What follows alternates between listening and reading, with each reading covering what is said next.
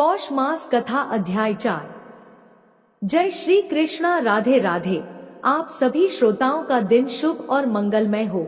इसी मंगल कामना के साथ आज के अध्याय का शुभारंभ करती हूँ। कल आपने हमारे चैनल पर पौष मास का तीसरा अध्याय सुना। आज आइए सुनते हैं आगे का अध्याय।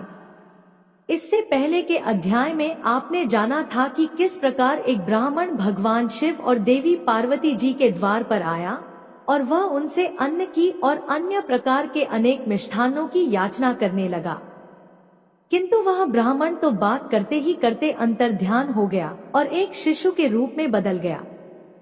तब श्री नारायण कहते हैं, मुने, इस प्रकार से जब श्री हरि जो कि एक ब्राह्मण के रूप में ही वहां पधारे थे अंतर्ध्यान हो गए, तब देवी पार्वती जी और शंकर जी ब्राह्मण की खोज करते हुए चारों ओर घूमने लगे। उस समय देवी पार्वती कहने लगी, है विप्रवर, आप अत्यंत वृद्ध और भूख से व्याकुल थे। हे तात, आप कहाँ चले गए? हे विभो, मुझे दर्शन दीजिए और मेरे प्राणों की रक्षा कीजिए। अब देवी भगवान शिवजी से कहने लगी, शिवजी जल्दी उठिए और उन ब्राह्मण देव की खोज कीजिए। वो तो क्षण मात्र उदास मन वाले हम लोगों के सामने आए थे।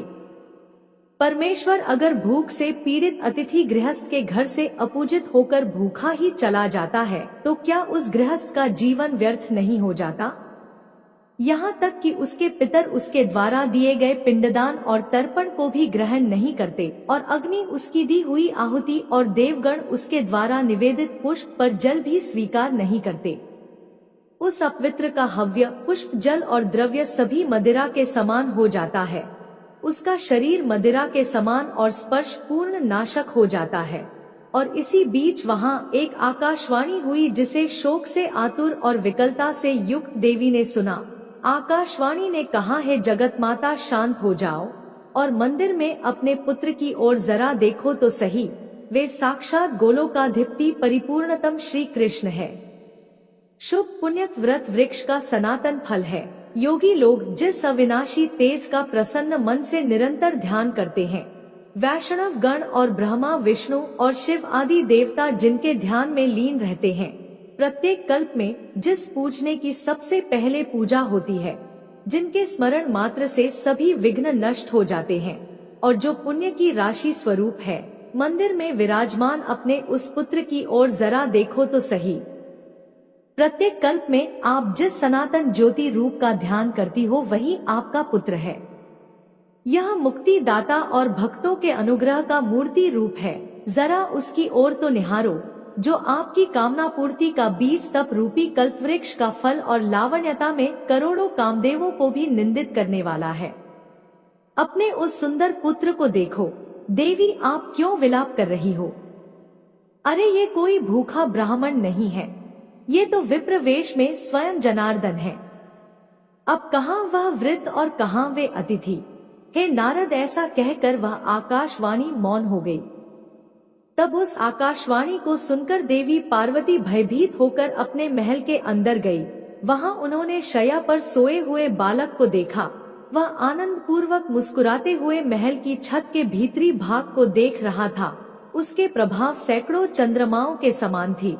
वह अपने प्रकाश समूह से भूतल को प्रकाशित कर रहा था। हर्षपूर्वक स्वेच्छानुसार इधर उधर देखते हुए शैया पर उछल कूद कर रहा था और स्तनपान की इच्छा से रोते हुए उमा ऐसा शब्द कर रहा था। उस अद्भुत रूप को देखकर सर्व मंगला पार्वती जी त्रस्त होकर शंकर जी के पास गई और उनसे बड़े मंगल वचन बोली, में प्राणपति, घर चलिए और मंदिर के भीतर चलकर प्रत्येक कल्प में आप जिनका ध्यान करते हैं और जो तपस्या का फल दाता है, जरा उसे तो देखिए। जो पुण्य का बीज महोत्सव स्वरूप पुत्र नामक नरक से रक्षा करने का कारण और भव सागर से पार करने वाला है। शीघ्र ही उस पुत्र के मुख को देखिए, क्योंकि समस्त तीर्थों में स्नान और संपूर्ण यज्ञों में दीक्षा ग्रहण का पुण्य इस पुत्र दर्शन के पुण्य की 16वीं कला की बराबरी भी नहीं कर सकता। देवी पार्वती के यह वचन सुनकर शिव जी का मन भी हर्ष मगन हो गया। वे तुरंत ही अपनी प्रियतमा के साथ अपने घर आए। वहां उन्होंने शैया पर अपने पुत्र को देखा।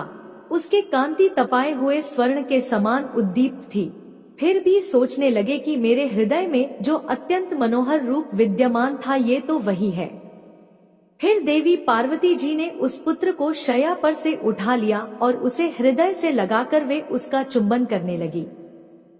उस समय वे आनंद सागर में निमग्न होकर ऐसा कहने लगी कि बेटा, जैसे दरिद्र का मन सहसा उत्तम धन पाकर संतुष्ट हो जाता है, उसी तरह तुझ सनातन अमूल्य रत्न की प्राप्ति से मेरा तो मनोरथ ही पूर्ण हो गया।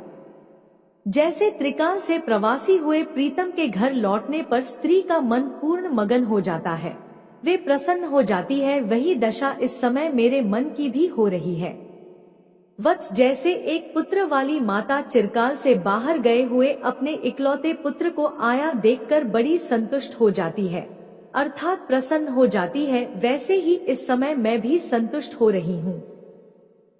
जैसे मनुष्य चिरकाल से नष्ट हुए उत्तम रत्न को और अनावृष्टि के समय उत्तम वृष्टि अर्थात वर्षा को पाकर हर्ष से फूल उठता है, उसी प्रकार तुझ पुत्र को पाकर मैं भी हर्ष गदगद हो रही हूँ। लंबे समय से व्रत उपवास करने वाले भूखे मनुष्य का मन जैसे सामने उत्तम अन्न को देखकर प्रसन्न हो जाता है, उसी तरह मेरा मन भी हर्षित हो रहा है। ऐसा कहकर पार्वती जी ने अपने बालक को गोद में लेकर प्रेम के साथ उसे स्तनपान कराया। उस समय उनका मन परमानंद में निमग्न हो रहा था। फिर भगवान शंकर ने भी प्रसन्न मन से उस बालक को अपनी गोद में उठा लिया। श्री नारायण जी कहते हैं, नारद फिर उन दोनों पति पत्नी अर्थात शिवजी और पार्वती जी ने बाहर जाकर पुत्र की मंगल कामना से बड़े हर्ष से ब्राह्मणों को तरह तरह के रत्न दान किए, भिक्षुओं और बंदियों को तरह तरह की वस्तुएं बांटी। उस अवसर पर शंकर जी ने अनेक प्रकार के बाजे बजवाए। हिमालय ने ब्राह्मणों को 1,00,000 रत्न, 1,000 श्रेष्ठ हाथी, 3,00,000 घोड़े और श्रेष्ठ मणियां आदि दान दी। इसके अलावा दूसरे प्रकार के भी दान जैसे वस्त्र, आभूषण और क्षीरसागर से उत्पन्न सभी तरह के अमूल्य रत्न भी दान किए। कौतुकी विष्णु जी ने ब्राह्मणों को कौस्तुभ मणि का दान दिया। ब्रह्मा जी ने हर्षपूर्वक ब्राह्मणों को ऐसी विशिष्ट वस्तु दान में दी जो सृष्टि में परम दुर्लभ थी। हे ब्राह्मण, उस अवसर पर क्षीरसागर ने हर्षित होकर कौतुकवश 1,000 माणिक्य, 100 मणि, हीरक, 1 सहस्त्र हरे रंग की श्रेष्ठ मणियां और बहुत सारे अमूल्य रत्न आदि ब्राह्मणों को प्रदान किए। सरस्वती देवी ने अमूल्य रत्नों का बना हुआ एक ऐसा हार दिया जो तीनों लोकों में परम दुर्लभ था। मुने शिव पुत्र के जन्मोत्सव में उपस्थित सभी लोगों ने इस प्रकार ब्राह्मणों को दान देकर उसके बाद उस शिशु का दर्शन किया। उस समय वे सब परमानंद में निमग्न थे। मुने उस दान में ब्राह्मणों और बंदियों को इतना धन मिला था कि वे दान में मिली वस्तुओं को उठाने तक में असमर्थ थे, इसलिए बोझ से घबराकर मार्ग में रुक रुक कर चलते थे। वह सभी विश्राम करने के बाद पूर्व काल के दाताओं की कथा कहते थे, जिसे व्रत और युवा भिक्षुक प्रेम पूर्वक सुना करते थे। नारद उस अवसर पर श्री विष्णु ने आनंद मग्न होकर दुंदुभी का शब्द कराया, फिर गीत गवाए, नाच करवाए, वेदों और पुराणों के पाठ करवाए, फिर मुनिवरों को बुलवाकर हर्ष पूर्वक उनका पूजन किया, मांगलिक कार्य करवाए और उनसे आशीर्वाद दिलवाया। देवी तथा देवगणों के साथ वे स्वयं भी उस बालक को शुभ आशीर्वाद देने लगे। श्री विष्णु ने, श्री ब्रह्मा जी ने, धर्म ने, महादेव जी ने, लक्ष्मी जी ने, सरस्वती जी ने, सावित्री जी ने, हिमालय ने और मेनका आदि ने उस शिशु को भरपूर आशीर्वाद दिया। फिर समागत सभी ऋषि मुनियों और सिद्धों ने आशीर्वाद दिया। ब्राह्मणों और बंधिया ने सभी प्रकार की मंगल कामना की। वत्स नारद, इस प्रकार मैंने गणेश जी का जन्म वृतांत, जो संपूर्ण मंगलों का मंगल करने वाला और समस्त विघ्नों का विनाशक है, पूर्ण तरह तुमसे वर्णन कर दिया। जो मनुष्य अत्यंत समाहित होकर इस सुमंगल अध्याय को सुनता है या पढ़ता है, वह संपूर्ण मंगलों से युक्त होकर मंगलों का आवास स्थान हो जाता है।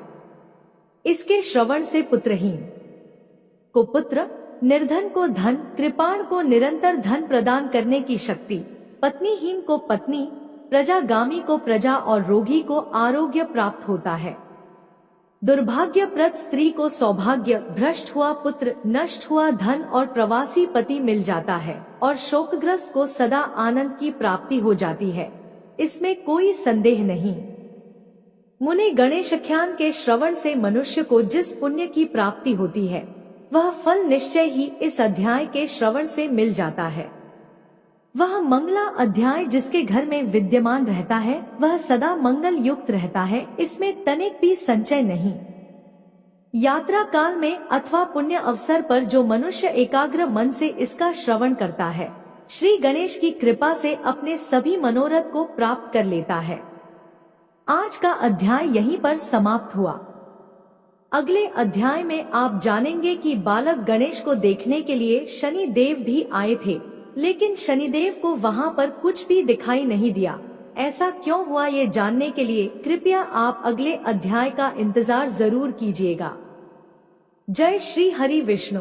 प्रेम से बोलिए लक्ष्मी नारायण की जय। आशा करती हूँ कि आपको कहानी पसंद आई होगी। कहानी पसंद आए तो चैनल को सब्सक्राइब करें और वीडियो को लाइक और शेयर करें। जय श्री कृष्णा। राधे राधे। आपका दिन शुभ और मंगलमय हो।